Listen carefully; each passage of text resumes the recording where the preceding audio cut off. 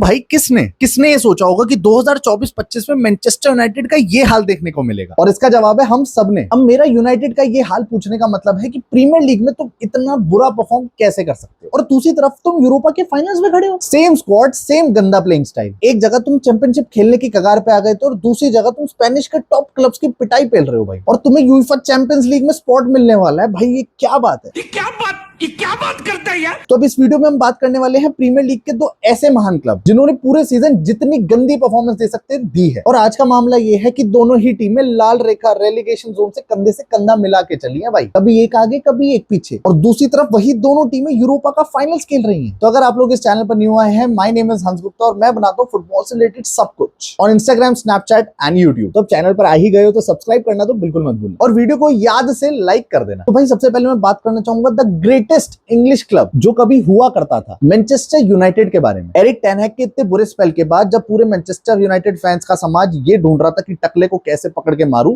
तब एमोरम की एंट्री होती और भाई वो बंदा कॉन्फिडेंस दिला देता है कि मैं आ गया हूं, मैं जितवा दूंगा तुम लोगों को सब कुछ। अब नो डाउट तब से यूनाइटेड की परफॉर्मेंस और बुरी होती गई, मतलब बिल्कुल ही गंजे से भी बुरी परफॉर्मेंस दे दी। और एक बात कहते हैं ना कि भाई कोच तो सही है, फॉर्मेशन भी सही है, लेकिन प्लेयर इतने गू कैसे? पर फिर वही बात आ जाती है कि खेलने को तो लगान मूवी में कचड़ा भी खेल लिया था, मगर कचरा खेलेगा। ये तो फिर भी मैनचेस्टर यूनाइटेड है और ये फिर भी नहीं खेली। और ये जो प्रीमियर लीग की साइड है ना, जो 16th रैंक पे चल रही है, इसने यूरोपा लीग के अलावा हर जगह एक शर्मनाक हार का सामना किया है। और यहाँ पर ना तुम मुझे एक चीज बता दो कि रियल सोसिएडाड, इतना बड़ा क्लब जिसने रियल मैड्रिड जैसे क्लब के नाक में दम कर रखा है, ला लीगा की one of the top 4 teams athletic Bilbao जिसने अपना अलग ही नाम रोशन करके रख रखा है, उसको मैनचेस्टर यूनाइटेड ने एक तरफा पेला। और यहाँ पर मेरे सवाल बहुत सारे हैं पूरी मैनचेस्टर यूनाइटेड की स्क्वाड से, लेकिन उन सबका आंसर एक ही है, ब्रूनो फर्नांडिस। और भाई यहाँ मैं पहले टचवुड बोलना चाहूंगा कि भाई ब्रूनो फर्नांडिस को कोई कभी भगवान इंजरी ना दे, बंदा सारे मैच खेलता है यूनाइटेड के, और इस सीजन तो 2 रेड कार्ड भी ले लिए गुस्से में आके कि भाई हो गया मेरा, कितना भगाओगे मेरे को। और ये मेरी हाथ जोड़ के दरख्वास्त है सारे मैनचेस्टर यूनाइटेड फैंस से कि भाई ब्रूनो फर्नांडिस को अपना बाप बना लो, नहीं तो भगवान जी के साइड में दूसरी फोटो उसकी रख दो, रोज दिया जलाया करो, क्योंकि भाई वो तुम्हारे क्लब का टॉप गोल स्कोरर और टॉप असिस्ट प्रोवाइडर दोनों है। अब यूनाइटेड वालों का क्या है ना, सबसे बुरा जो समय आया वो था इंजरीज का, सारे ही प्लेयर इंजर्ड हो गए, और जो उन्होंने बाहर से खरीदे थे वो 2-2 महीने के लिए बाहर, और जब साथ में तुम्हारे वो गंजा हो जिसने इतनी बातें इतने बहाने मारे हो जिसका कोई हिसाब नहीं, और अब जैसे ही 2-2 3-3 महीने बाद सारे ही प्लेयर्स वापस आए भाई, यहाँ पर यूनाइटेड फैंस को फुल कॉन्फिडेंस लग गया था कि भाई अब प्रीमियर लीग में आएंगे मजे, अब हम रैंक करेंगे पुश,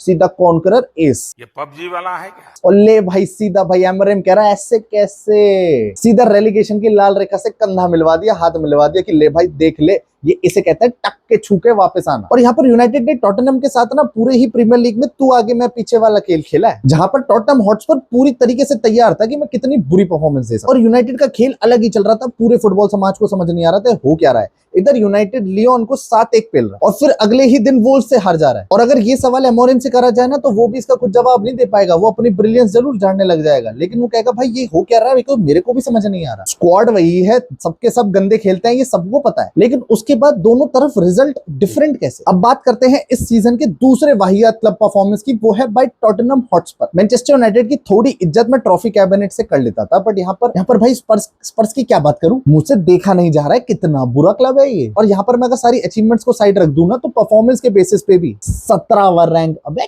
क्या है ये। तुम्हारे पास से हैरी केन गया, तुम्हारे पास थोड़े पैसे आ गए, तुमने मैथिस टेल, ह्यूमनसन के साथ रिचार्लसन, मेडिसन, बेंटेनकुर, रिगिलन जैसे प्लेयर्स के साथ भी एकदम बैडी परफॉर्मेंस दी है, बिल्कुल 17वें रैंक पे आके खड़े हो गए कि ले भाई हम खड़े हैं पहाड़ के एकदम एज पे, या तो गिरेंगे या सीधा चैंपियंस लीग। और जितने भी तुमने $100 मिलियन यूरोस जितने भी फूके हैं, उसका फायदा हुआ क्या है? अटैक तुमसे हो नहीं रहा, गोल आ नहीं रहे, और डिफेंस भूल जाओ। 37 मैचेस में 38 पॉइंट्स। और इतनी गंदी परफॉर्मेंस के बाद Ange Postecoglou, the Australian coach of Tottenham Hotspur, is saying कि भाई हम तो सेकंड सीजन में ही यूजुअली कुछ जीतते हैं। मतलब भैया यूरोपा लीग फाइनल्स के अंदर आ गए तो कॉन्फिडेंस देख रहे हो लौंडे का। और कसम से अगर ये यूरोपा लीग के फाइनल्स में नहीं होता ना तो खुद स्वयं मैं इसकी पोस्ट की बत्ती बनाता और खुद लंदन जाता।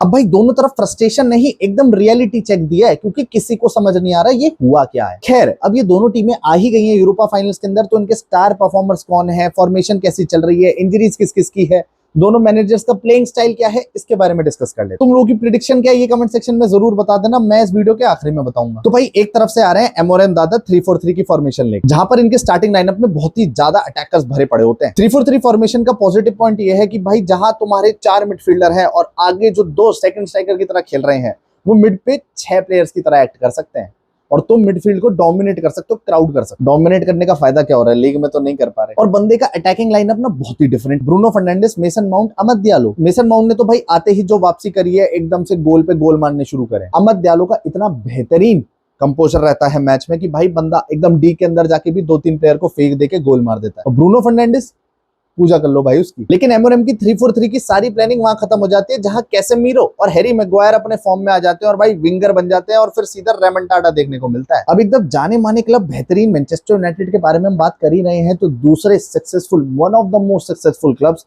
टॉटनहम हॉटस्पर की बात तो करनी पड़ेगी। इनके one of the finest and the best manager Ange Postecoglou with 4-2-3-1 formation, जिसने पूरे लीग, पूरे साल किसी भी टूर्नामेंट में कुछ नहीं उखाड़ा। उनका ये मानना है कि वो चैंपियंस लीग में इस बार स्पॉट बनाने वाले हैं। भाई एकदम तैयारी है। और अगर मैं यहाँ पर टॉटनहम के जो यूरोपा लीग के जितने भी रन हैं, जितने भी मैचेस हुए हैं, उसके बारे में बात करूं तो तुम देख के हिल जाओगे कि कैसे एक नैरो विन के मार्जिन से लेते लेते सेमीफाइनल में पहुंचे और 5-1 से वहां पर बीट करके आए हैं ये मैनचेस्टर यूनाइटेड के अगेंस्ट यूरोपा फाइनल्स खेल। अब इंजर्ड प्लेयर्स की बात करूं तो स्पर्स के पास ना मेडिसन है ना कुलिसेव्स्की, एंड नो डाउट ये बहुत बड़ा एक ब्लो होने वाला है अगर टॉटनहम मैन यूनाइटेड के अगेंस्ट खेल रही है और ऐसे बेहतरीन दो, एक मिडफील्डर एक अटैकर अगर प्रोवाइड नहीं है टॉटनहम के पास, तो भाई तुम्हें एक बहुत बड़ा एक डिफेंसिव डिसएडवांटेज होने वाला है। यूनाइटेड की तरफ से तुमने लिसांड्रो मार्टिनेज को कभी खेलता देखा ही नहीं होगा। बंदा आधे से ज्यादा टाइम इंजर्ड रहा है जब से वर्ल्ड कप जीत के आया। जर्स्की की बात करूं तो कभी मैंने उसे काउंट भी नहीं किया मैनचेस्टर यूनाइटेड के स्ट्राइकिंग पोजीशन में। और हाँ, मैथिस डे लिट को हम सबने बहुत ज्यादा प्रेज किया था कि बायर्न म्यूनिख से आया है, यूनाइटेड में फोड़ देगा। बंदे का फॉर्म चला but very on end of, और अभी भाई साहब इंजर्ड है। और हाँ, जितने भी यूनाइटेड फैंस हैं उनको एक अपडेट भी दे दूं कि लेनी यूरो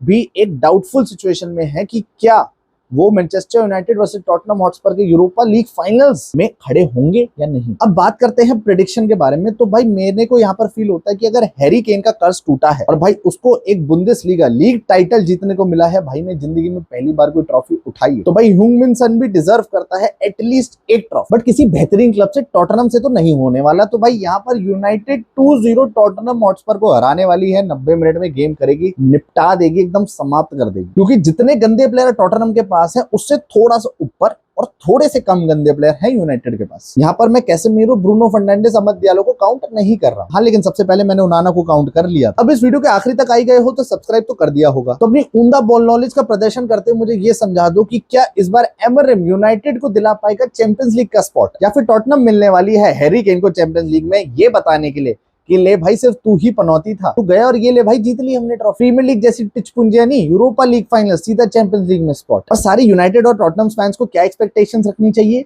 ये ही कि सिर्फ तुम्हारी टीम दोनों ही तरफ से गंदी खेलती आई है, लेकिन यूरोपा लीग में तुम दोनों का अलग ही मैजिक चल रहा है। तो it is going to be once again a Premier League match. बस वो तुम स्पेन में जाकर खेलने वाले हो, जहां पर मुझे भी कहीं ना कहीं लगता है, और that is not just because I am a Manchester United fan after real Madrid, लेकिन जिस हिसाब से यूनाइटेड के प्लेयर वापस आए हैं और थोड़ी ज्यादा ही फॉर्म में चल रहे हैं, और दूसरी तरफ जहां टॉटनहम ने अपनी सिर्फ बजवाई है, उस हिसाब से मुझे लगता है कि 2-0 होना तो लाजमी है। बाकी मिलते हैं आपसे 21 की रात को कहूं या 22 की सुबह 12:30 बजे वॉच अलॉन्ग पर guys on my YouTube channel. Bye bye.